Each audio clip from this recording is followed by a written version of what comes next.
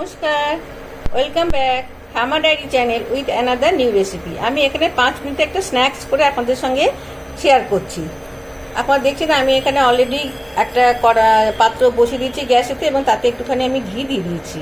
আমরা সবাই জানি যে মাখনাটা খাওয়া হেলথের জন্য খুব ভালো, এতে প্রচুর পরিমাণে ক্যালসিয়াম আছে। তো মাখনাটা আমি আগে একটু ভালো করে ভেজে নিই, তারপর আবার আসছি আপনাদের সামনে। মাখনাটা আমি হালকা করে রোস্ট করে নিয়েছি, এবার মাখনাগুলোকে আমি তুলে নিচ্ছি। দেখুন মাখনাটা কি সুন্দর ভাজা হয়ে গেছে। দেখুন এরকম করে একটু হাত দিয়ে টিপে নেবেন, দেখবেন মুচমুচ করে ভেঙে যাবে, তাহলে বুঝুন মাখনাটা ভালো করে ভাজা হয়ে গেছে। এই প্যানে ওই ঘিয়ের মধ্যে যে অল্প একটু ঘি ছিল আমি দিয়ে দিয়েছি পিনাটস বা চীনাবাদাম। চীনাবাদামও আমাদের শরীরের জন্য খুব ভালো, এতে খুব ভালো ফ্যাট আছে, প্লাস তো প্রোটিন আছেই অল্প পরিমাণে। এবার দেখুন পিনাটসগুলোও ভাজা হয়ে গেছে, দেখুন এগুলো একদম রোস্ট হয়ে গেছে। আর একটুখানি ঘি দিয়ে দিয়েছি, ওর মধ্যে আমি দিয়ে দিয়েছি কিছুটা কাজু বাদাম। কাজু বাদামটা আমি ভালো করে রোস্ট করে নিচ্ছি। দেখুন এগুলো সুন্দর করে ভাজা হয়ে গেছে। এবার এর মধ্যে আমি দিয়ে দিচ্ছি সূর্যমুখী বীজ, এটাও ভালো করে ভাজা গরম হয়ে গেছে, এটাকে এবার আমি অফ করে দিচ্ছি।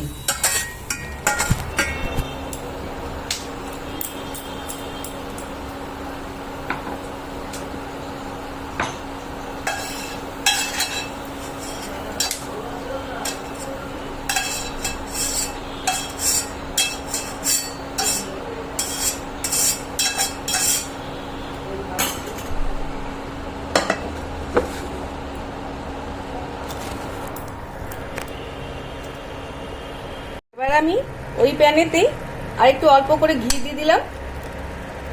এই প্যানটা তো আমার গরমই আছে, আমি এই গরম প্যানেতে ঘিয়ের মধ্যে দিয়ে দিচ্ছি মুড়িটাকেও আমি অল্প একটুখানি নেড়ে নেব। দেখুন মুড়িটা আমি খুব সুন্দর করে নেড়ে নিচ্ছি ঘিয়ের মধ্যে। ফিরে আসছি একটু পরে।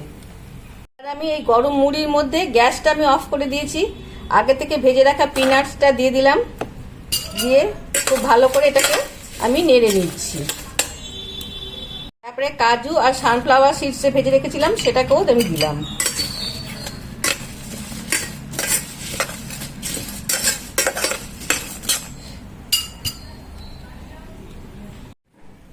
এবার আমি এর মধ্যে আগে থেকে ভেজে রাখা মাখানাগুলোকেও দিয়ে দিচ্ছি, যে সমস্তগুলো আমি একসঙ্গে খুব ভালো করে এখন মিশিয়ে নেব।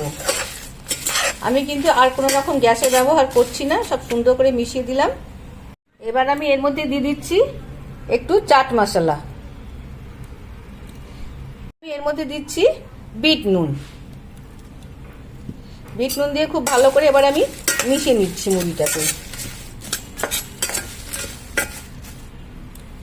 রেডি আমার বিকেলের দিকে খাওয়ার জন্য স্ন্যাক্স।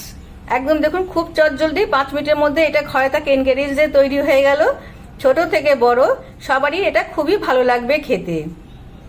হ্যাঁ, যদি আপনাদের আমার এই রেসিপিটি কোথাও কিছু ভালো লেগে থাকে প্লিজ একটা লাইক করবেন, আর যদি আরো একটু বেশি ভালো লেগে থাকে তাহলে সাবস্ক্রাইব করে পাশে রাখার বেল আইকনটিকে প্রেস করে দেবেন। তাহলে দেখা হচ্ছে বন্ধু আগামী আবার কোনো রেসিপির সঙ্গে। টাটা।